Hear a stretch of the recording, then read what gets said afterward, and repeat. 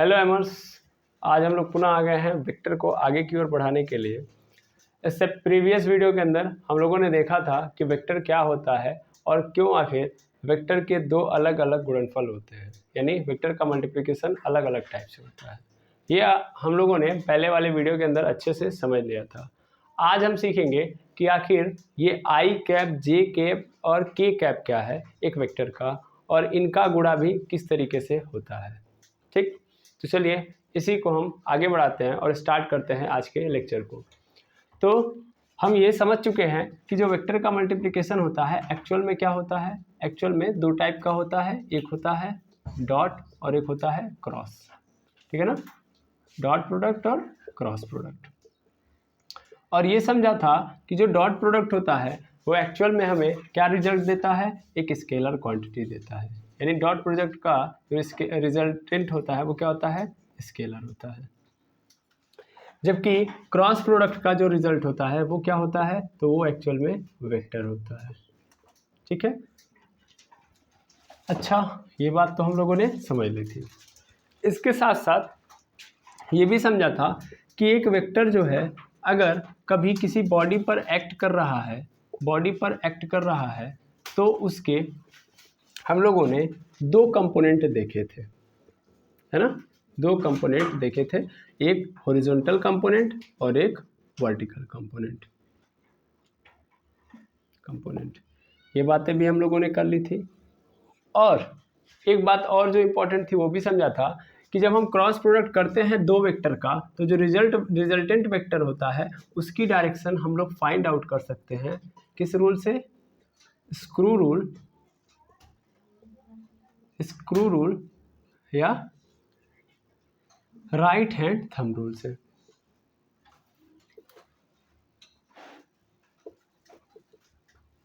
ठीक है, बिल्कुल। तो चलिए आज की कहानी को हम आगे बढ़ाते हैं। ये तो हम लोगों ने प्रीवियस वीडियो के अंदर समझ लिया था और इसी कहानी को अब हम आगे की ओर कंटिन्यू करेंगे। ठीक है, तो देखिए अगर मान लीजिए एक 3D ऑब्जेक्ट को आप पकड़ रहे हो, किस ऑब्जेक्ट को, 3D ऑब्जेक्ट को।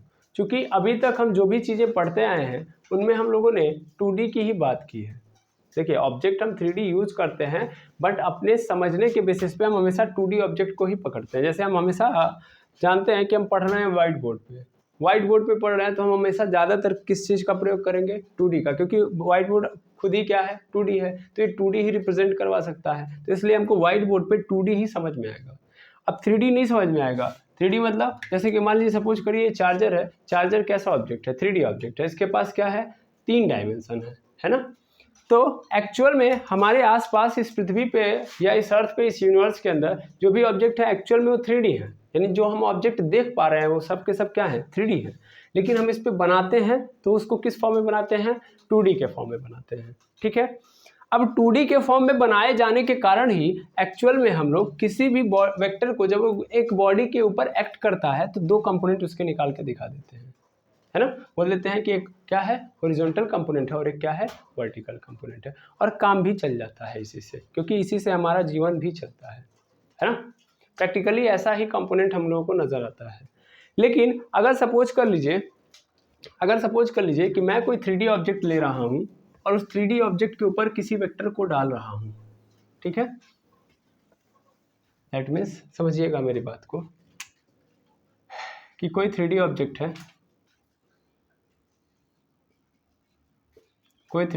है और इस ऑब्जेक्ट पे मैं क्या कर रहा हूं, फोर्स लगा रहा हूं कुछ इस तरीके से। ठीक है, तो जब मैं इस ऑब्जेक्ट के ऊपर फोर्स लगाऊंगा तो इस ऑब्जेक्ट के कितने कंपोनेंट होंगे, सीधा सीधा तो अर्थ हम लोगों को यही पता है कि 2 होंगे, है ना, 2 होंगे। क्यों, क्योंकि हॉरिजॉन्टल के साथ ये क्या बना रहा है, थीटा एंगल बना रहा है, या वर्टिकल के साथ ये थीटा एंगल बना रहा है, इसलिए क्या होंगे, इसके कितने कंपोनेंट होंगे, 2 कंपोनेंट तो वैसे ही नजर आ रहे हैं। लेकिन एक्चुअल में इसके कितने कंपोनेंट होंगे, 3, क्योंकि ऑब्जेक्ट कैसा है, 3D। इसका मतलब 3D का मतलब ये जो ऑब्जेक्ट है वो 3 दिशाओं के अंदर रखा गया है, इन तीनों दिशाओं में इसका प्रसार है। तो इस फोर्स का, जो फोर्स इसके ऊपर एक्ट कर रहा है, उस फोर्स का भी प्रसार इसके ऊपर कितने डायरेक्शंस के अंदर होगा, 3। सिंपल कहने का मतलब यही है। ठीक है, अभी हम ध्यान से देखें तो हम लोग ऐसे ही बनाते हैं, बोलते हैं ये क्या है, वाई एक्सिस है, ये क्या है, एक्स एक्सिस है, बस छोड़ देते हैं। बोलते हैं यही दोनों एक्सिस होते हैं, इसीलिए हम लोग एक हॉरिजॉन्टल कंपोनेंट और एक वर्टिकल कंपोनेंट निकाल के छोड़ देते हैं। बट 3D ऑब्जेक्ट के अंदर 3 डायमेंशन है, एक तो वर्टिकल, एक तो हॉरिजॉन्टल और तीसरा परपेंडिकुलर। और परपेंडिकुलर वाले को क्या नाम देते हैं हम लोग? Z axis. ये बहुत इंपॉर्टेंट बात है, इसको समझना भी जरूरी है। क्या समझना जरूरी है कि एक 3D ऑब्जेक्ट के अंदर जो डायमेंशंस होती हैं वो कितनी होती हैं? 3 होती हैं। और अगर आप देखोगे तो इनको एक्सिस के थ्रू रिप्रेजेंट करूँ तो एक हॉरिजॉन्टल, एक वर्टिकल और तीसरी परपेंडिकुलर। ठीक है, 3 एक्सिस नजर आएंगे। अब मैंने परपेंडिकुलर क्यों बोला, इसको भी समझना जरूरी है। एक्चुअल में तो ये तीनों की तीनों आपस में परपेंडिकुलर है। एक्चुअल में देखोगे तीनों की तीनों आपस में क्या है? परपेंडिकुलर है। जैसे सिंगल आप समझो तो ऐसे समझ सकते हो, जैसे ये मार्कर के थ्रू मैं आपको रिप्रेजेंट करूं तो कुछ इस तरीके से कहानी है। ठीक है, ये वाई एक्सिस है, ये एक्स एक्सिस है और ये क्या है? जेड एक्सिस है। ठीक है, अब ध्यान देना, तो ये वाई एक्सिस और एक्स एक्सिस एक्चुअल में कहाँ होंगी? तो इस प्लेन के ऊपर होंगी, इस प्लेन के ऊपर होंगी। खुद देखो, अगर मैं देखूंगा तो ये दोनों की दोनों इस प्लेन में क्या हो जाएंगी? शिफ्ट हो जाएंगी कि नहीं हो जाएंगी? ये दोनों इस प्लेन में शिफ्ट हो गई। और ये वाला जो कहाँ है? ये प्लेन से बाहर है। ये प्लेन से कहाँ है? बाहर है। ध्यान से समझेंगे, प्लेन के बाहर है। या ऐसा भी हो सकता है कि ये प्लेन के कहाँ हो सकता है? अंदर भी हो सकता है, लेकिन प्लेन पर केवल और केवल ये दोनों उपस्थित होंगे। ठीक है, एक्स एक्सिस और वाई एक्सिस, तो इनको प्लेनर एक्सिस भी बोलते हैं। और चूंकि ये बाहर है, दैट मीन्स इस प्लेन के परपेंडिकुलर है, इसीलिए मैं इसको परपेंडिकुलर एक्सिस के नाम से जानता हूँ। बाकी तीनों आपस में क्या है? 90 डिग्री पर व्यवस्थित हैं। ध्यान से फिर से देख लीजिए, अदरवाइज यहाँ से कंफ्यूजन होगा। ठीक है, ये आप ऐसे कर लो यहाँ पे। ठीक है, ऐसे। और ध्यान से देखोगे तो तीनों एक दूसरे से कैसे हैं? सीधाई पे ऐसे उपस्थित हैं, मतलब एक दूसरे के सीधाई पे है। यानी इस और इसके बीच में कितना लग रहा है? 90। इसके और इसके बीच में 90, और इसके और इसके बीच में भी 90। ठीक है, तो अगर ऐसी कहानी बन रही है तो आपको ये पकड़ लेना चाहिए क्या, कि भाई 3 एक्सिस होती हैं 3D में। हम केवल और केवल क्या बात कर रहे होते हैं? हम केवल और केवल ये बात कर रहे होते हैं कि एफ फोर्स लगा रहा हूँ तो सिर्फ और सिर्फ इसके कितने कंपोनेंट होंगे? वाई एक्सिस और एक्स एक्सिस। लेकिन सपोज कर लो आप ये जो बात बोल रहे हो वो क्यों बोल रहे हो? क्योंकि आप जो फोर्स लगा रहे हो वो आपको फील हो रहा है कि आप कहाँ से कहाँ के बीच में लगा रहे हो? एक्स और वाई के बीच में। आप हमेशा यही तो दिखाते हो, एक्स और वाई के बीच में आपका जब फोर्स लगता है तो ये एफ अगर एक्स के साथ थीटा कोण बनाता है तो आप बोलते हो कि एफ कॉस थीटा, और जब ये वाई के साथ बनाता है तो क्या बोलते हो आप? F sine theta. आपने जेड की कहानी तो कभी सुनी नहीं है ना। एक्चुअल में क्या होता है कि एक 3D ऑब्जेक्ट पे जब आप फोर्स अप्लाई करोगे तो उसके अंदर ये जो फोर्स होंगे वो कितने कंपोनेंट्स के अंदर जाएंगे? 3 कंपोनेंट के अंदर टूटेंगे। एक्स एक्सिस पे, वाई एक्सिस पे तो जाएगा ही जाएगा, उसके साथ साथ वो जेड एक्सिस भी बनाएगा। ठीक है, हाँ या ना? समझ में आ रहा है? ठीक, अब सपोज कर लो इस एफ का एक्स एक्सिस के अबाउट कुछ ना कुछ है, ध्यान दीजिएगा, वाई एक्सिस के अबाउट कुछ ना कुछ है, और जेड एक्सिस के अबाउट कुछ ना कुछ है। क्या है? कंपोनेंट। ठीक है, उसी कंपोनेंट के मतलब एक्स एक्सिस पे इसका कोई ना कोई पोर्शन होगा, वाई एक्सिस पे कोई ना कोई पोर्शन होगा, और जेड एक्सिस पे भी कोई ना कोई पोर्शन होगा। ठीक है, तो एक्स एक्सिस पे जितना भाग या जितना इफेक्ट इसका लग रहा है, चूंकि हम किस में नापते हैं? न्यूटन में नापते हैं, हाँ या ना? फोर्स को भाई मान लो अगर 10 न्यूटन लगा रहा हूँ तो हो सकता है कि यहाँ पे 3, यहाँ पे 4, यहाँ पे 5 ऐसे कुछ लग रहा हो।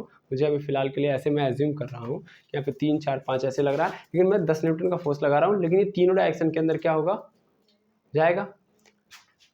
अब होगा क्या कि इस फोर्स का unit portion in X axis, unit portion at Y axis, not in at Y axis, unit portion at Z axis.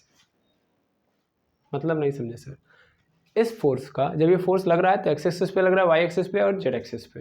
ठीक है, तो किया क्या गया कि ये जो फोर्स लग रहा है एक्स एक्सिस, वाई एक्सिस और जेड एक्सिस पे, इसको चेंज करके ऐसे बोल दिया गया। सपोज कर लो यहाँ पे एक्स एक्सिस पे 3 न्यूटन फोर्स लग रहा है। कितना न्यूटन? 3 न्यूटन। पहले मैं फिर से समझा दूँ, 10 न्यूटन टोटल फोर्स था। 3 न्यूटन कहाँ पे लग रहा है? X axis. इस 10 न्यूटन का जब आप एक बॉडी के ऊपर एक्ट कर रहे हो तो 10 न्यूटन कहाँ पे लग रहा है? बीचों बीच आप लगा रहे हो, बॉडी के ऊपर लगा रहे हो। और ये देखो 3 न्यूटन एक्स एक्सिस पे लग रहा है, 4 न्यूटन वाई एक्सिस पे, 5 न्यूटन जेड एक्सिस पे। ठीक है, तो आप बार बार क्या कहोगे कि 3 न्यूटन एक्स एक्सिस पे लग रहा है, 4 न्यूटन वाई एक्सिस पे लग रहा है, 5 न्यूटन जेड एक्सिस पे लग रहा है, ऐसे तो आप बताते रह जाओगे ना, है ना। तो इसी चीज को अलग वे में, ताकि आपको बार बार कहना ना पड़े कि भैया ये जो एफ वेक्टर है वो डिवाइड हुआ है तीनों पोर्शन के अंदर कितने कितने कितने में, इसी के लिए हम लोग किसका यूज करते हैं, आई कैप, जे कैप और के कैप। है समझ में। एक्चुअल में आई कैप क्या है, तो आई कैप ये बता रहा है कि एक्स एक्सिस पे यूनिट कंपोनेंट कितना है एफ का, मतलब 1 न्यूटन फोर्स, देखना ध्यान से, आई कैप का मतलब क्या होता है, आई कैप का मतलब होता है 1 न्यूटन फोर्स, या 1 न्यूटन मतलब न्यूटन हटाओ या डाइन लगाओ कुछ भी, अगर फोर्स डाइन में लगा है वहां पे, मेन फोर्स डाइन में है तो डाइन में रहेगा। यूनिट का मतलब यहाँ पे जरूरी नहीं कि मैं यहाँ पे किसको लेके आऊँ, न्यूटन में ही, डाइन में है तो डाइन में रहेगा, ठीक है। तो आप अपने अनुसार समझिएगा, यहाँ पे मैं बोल देता हूँ 1 यूनिट फोर्स इन एक्स एक्सिस, क्योंकि बार बार रिप्रेजेंट करूंगा 3 न्यूटन, 4 न्यूटन, 5 न्यूटन, तो उससे बढ़िया मैं क्या कर देता हूँ, आई कैप के थ्रू ये बता दूंगा कि भैया आई कैप का मतलब क्या होता है, 1 यूनिट फोर्स जो है एक्स एक्सिस पे लग रहा है। जे कैप का मतलब वाई एक्सिस के लिए हम लोगों ने जे कैप बना दिया, ये क्या बता रहा होता है, 1 unit force in Y axis. और यहाँ पे क्या है, के कैप इज इक्वल टू क्या होगा, 1 यूनिट फोर्स इन जेड एक्सिस, ठीक है। ये आ गया समझ में, क्या है ये क्या है, तो एक्चुअल में ये है आई जे कैप यूनिट फोर्स दिखा रहा होता है अलग अलग डायरेक्शंस के अंदर। कहाँ से आया समझ में आ रहा है, क्यों लाना पड़ा, इसलिए लाना पड़ा क्योंकि यहाँ पे तो इजी था, जब मैं एक्स वाई कर रहा था तो सिर्फ 2 कंपोनेंट निकालने थे, तो मैं इजीली बता सकता था कि इधर इतना लग रहा है, इधर इतना लग रहा है। लेकिन अभी क्या है, तीनों एक्सिस के थ्रू अगर हमको रिप्रेजेंट करना है तो बार बार हमको ये लिखना पड़ेगा कि भैया ये जो 3 न्यूटन है एक्स एक्सिस में लग रहा है, ये 4 न्यूटन वाई एक्सिस में लग रहा है, 5 न्यूटन जेड एक्सिस में लग रहा है, तो इसको हटा के क्या कर दिया गया, एक सिंबल पकड़ लिया गया, आई कैप, जे कैप और के कैप। आई कैप बताएगा एक्स एक्सिस में यूनिट फोर्स, जे कैप मतलब वाई एक्सिस में, और के कैप जेड एक्सिस में। अब मैं वो हटाओ, simple I cap x axis को रिप्रेजेंट कर रहा है, जे कैप वाई एक्सिस को, और के कैप जेड एक्सिस को। क्लियर है बस। यानी ये जो 3 न्यूटन फोर्स एक्स एक्सिस में लग रहा है, तो मैं इसको क्या लिख सकता हूँ, 3 आई कैप लिख सकता हूँ, नहीं लिख सकता हूँ भाई। आई का मतलब क्या है, 3 गुणे 1 इन एक्स एक्सिस, यही तो है। तो 3 गुणे 1 का मतलब कितना होगा, 3 ही तो होगा। ऐसे 4 गुणे 1 इन वाई एक्सिस, इसका मतलब 4, क्या हो गया, जे कैप हो जाएगा। इसी तरीके से 5 के कैप हो जाएगा। तो इसका मतलब ये टोटल का टोटल जो फोर्स है 10 न्यूटन का, वो किस में कन्वर्ट हो गया, 3 आई कैप प्लस 4 जे कैप प्लस 5 के कैप। क्लियर है, ये एफ कितना था, 10 न्यूटन था। क्लियर। तो इस तरीके से इसकी कहानी बन रही है जो मैं आपको समझा रहा हूँ कि आई कैप, जे कैप और के कैप क्या है। आई होप आपको समझ में आ गया होगा। ठीक है, यूनिट वेक्टर है, इसको क्यों लाया गया, क्योंकि भैया 3D ऑब्जेक्ट है हमारे पास, तो 3D ऑब्जेक्ट पे हमेशा क्या लगता है, हमेशा जो 3D ऑब्जेक्ट होता है उस पर तीनों दिशाओं में फोर्स लग रहा है, और हर दिशा के लिए, यानी एक्स एक्सिस के लिए, एक्स दिशा के लिए आई कैप में ले रहा हूँ, वाई दिशा के लिए जे कैप, और जेड दिशा के लिए के कैप। ठीक है, इसका मतलब क्या हुआ, इसका मतलब अब सिंपल हो गया कि हर वेक्टर जो है अब 3 पोर्शन में टूटेगा, आई जे के कैप। अब मैं यहाँ से हटा दूँ और इस बात को ऐसे रिप्रेजेंट करूँ कि देखिए मेरे पास कोई वेक्टर था ए, और उसका जो वैल्यू है वो है 4 आई कैप प्लस 3 जे कैप प्लस 4 के कैप। मतलब क्या है इसका, मतलब ये है कि ये जो वेक्टर है, पहले इंफॉर्मेशन निकालना बहुत ज़रूरी है, जो समझा है वो तो ठीक है, यहाँ पे ध्यान दीजिएगा। मतलब ये है कि कोई वेक्टर ए है, कोई वेक्टर ए है, वो किसी ऑब्जेक्ट के ऊपर एक्ट कर रहा है, किसी ऑब्जेक्ट के ऊपर एक्ट कर रहा है, और इसके एक्स डायरेक्शन में कितना लग रहा है, 4। अगर सब न्यूटन में होगा तो इसका मतलब क्या, एक्स डायरेक्शन में इसके ऊपर कितना लग रहा है, 4 न्यूटन। सॉरी, मैं न्यूटन दे दिया यहाँ पे, न्यूटन तो डायरेक्ट सिंबलाइज कर रहा है कि फोर्स है ये, ठीक है ना। लेकिन फिलहाल में मैं ये समझ लूँगा कि 4 यूनिट कहाँ पे लग रहा है, हो सकता है भाई ए एक्सीलरेशन भी हो सकता है, ए हो सकता है फोर्स हो, ए हो सकता है मोमेंटम हो, कुछ भी हो सकता है, ए डिस्प्लेसमेंट हो सकता है, कुछ भी हो सकता है, वेलोसिटी भी हो सकता है। तो इसलिए मैंने यहाँ पे क्या ले लिया, यूनिट। इसका मतलब क्या दिखाई दे रहा है कि ये जो 4 है वो कहाँ पे लग रहा है, 4 यूनिट x डायरेक्शन में लग रहा है, 3 यूनिट y डायरेक्शन में लग रहा है और 4 यूनिट कहाँ पे लग रहा है, z यानी z डायरेक्शन में लग रहा है। क्लियर है? इससे ये हमको पता चला। क्लियर? हाँ या ना? तो आई होप आई जे के का कॉन्सेप्ट आपको समझ में आ गया होगा। ऐसे ही मेरे पास मान लीजिए बी कैप है, मतलब कोई वेक्टर बी है और इसकी वैल्यू दी गई है हमारे पास क्या बोलते हैं 3i cap plus 4k cap plus 2k cap, हाँ 2 सॉरी यहाँ पे j कैप रहेगा और यहाँ पे 2k कैप। अब बताइए इसका मतलब क्या है कि कोई वेक्टर बी है जिसका 3 यूनिट कहाँ लग रहा है, x डायरेक्शन में, 4 यूनिट y डायरेक्शन में और 2 यूनिट z डायरेक्शन में। क्लियर है? क्योंकि एक 3D ऑब्जेक्ट के पास कितने डायमेंशन होते हैं, 3, x, y और z। क्लियर है? हाँ या ना? यहाँ पे अभी हम लोगों ने देखा था चार्जर को, तो ये चार्जर क्या है, यही तो है। देखिए ये 3D है कि नहीं है, x डायरेक्शन में है, इसका x डायरेक्शन है, y डायरेक्शन है और z डायरेक्शन। इधर से देखोगे तो ये मोटाई जो है इसकी z डायरेक्शन को डिनोट करेगी। ठीक है? ये किस में है, 3D में है। आई होप अभी आपको समझ में आ रहा होगा, है ना? बिकॉज जब आप फोर्स लगाओगे तो सभी पार्टिकल क्या होते हैं, सिमिलर होते हैं, सभी के सभी आपस में अटैच्ड होते हैं। तो जब लगाओगे तो x में भी लगेगा, y में भी लगेगा और z में भी लगेगा। नॉर्मली आप मोशन वगैरह के लिए, फोर्स वगैरह के लिए जब आप बात करोगे, जहाँ पे हम 2D बात कर रहे होंगे, 2D में, चूंकि हम मोशन 2D में ज़्यादा बात करते हैं, 3D में तो बात करेंगे नहीं, क्योंकि एज्यूम हम 2D में ही कर सकते हैं। हम लोगों ने मोशन पढ़ा होगा क्लास 9th के अंदर या 10th के अंदर, तो हमें 2D मोशन ही ज़्यादा पढ़ाया जाता है। तो इसीलिए हम फोर्स को ऑलवेज किस में कन्वर्ट करते हैं, सॉरी किस में तोड़ते हैं, केवल और केवल 2 पार्ट में, एक तो x में और एक तो y में। ठीक है? तो चलिए ठीक है, ये समझ में आ गया हमको। अगर ये समझ में आ गया तो दूसरी कहानी ये हुई कि सर चलिए वेक्टर को अब हम 3 पार्ट में तोड़ेंगे। इसका मतलब हमको पता चल गया कि अगर एक वेक्टर एक्ट कर रहा है किसी बॉडी के ऊपर तो वो 3 पोर्शन में, 3 डायरेक्शन के अंदर होगा। तो सपोज करिए अभी आप क्या बोल रहे थे कि अगर मैं मान लीजिए a क्रॉस b कर रहा हूँ तो मुझे क्या मिलेगा, c मिलेगा। हाँ या ना? अभी तो आप एकदम सिंपल कर दे रहे हो, लेकिन हमको भी पता है कि एक बॉडी के ऊपर जब ए लगेगा तो वही ए तो डायरेक्ट हम नहीं बता सकते। हो सकता है कि वो किसी बॉडी पे जब लगेगा तो तीनों डायरेक्शन में उसके अलग अलग कंपोनेंट हो। तो मुझे हो सकता है कि एक ना देके ये वेक्टर ना देके डायरेक्ट क्या दे दे, उनके कंपोनेंट, क्या दे दे, कंपोनेंट। ठीक है? यानी हो सकता है कि मुझे ए वेक्टर का कंपोनेंट क्या दिया हो, मतलब ए वेक्टर की जगह पे हमको इसका कंपोनेंट दिया हो कि भैया देखो आई कैप सॉरी एक्स डायरेक्शन में इसका x1 कंपोनेंट है, मतलब x1 यूनिट है, सिंपल, और y डायरेक्शन के अंदर y1 है और फिर z डायरेक्शन के अंदर ये z1 है। ठीक है? उसी तरीके से b वेक्टर भी हो सकता है बॉडी पे एक्ट कर रहा हो, और जब ये बॉडी पे एक्ट कर रहा हो तो इसका भी कंपोनेंट हमको दे दे, ये ना देके डायरेक्ट इसका कंपोनेंट दे दे। क्या ये सबको हम जोड़ देंगे तो यही तो मिलेगा मुझे, कुल मिला के यही तो बनता है। वो पूरा का पूरा जब मैं ऐड करूंगा पूरे यूनिट्स को तो हमको समराइज करके वही तो मिलेगा। तो यही चीज़ मैं यहाँ पे कर रहा हूँ, उसके बीच में मैं ज़्यादा एक्सप्लेन नहीं करूँगा। ठीक है ना? यहाँ पे देखेंगे बी के लिए तो हो सकता है कि ये कितना हो, एक्स डायरेक्शन में ये कितना हो, x2 हो, और y डायरेक्शन के अंदर ये y2 हो, और z डायरेक्शन के अंदर ये z2 हो। ठीक है? कौन, बी। तब पूछेगा ये बताओ c वेक्टर कितना होगा, तब हमको c वेक्टर का क्या पूछेगा, आंसर पूछेगा। समझे कि नहीं समझे? अरे हाँ ना बोलिए। गुड।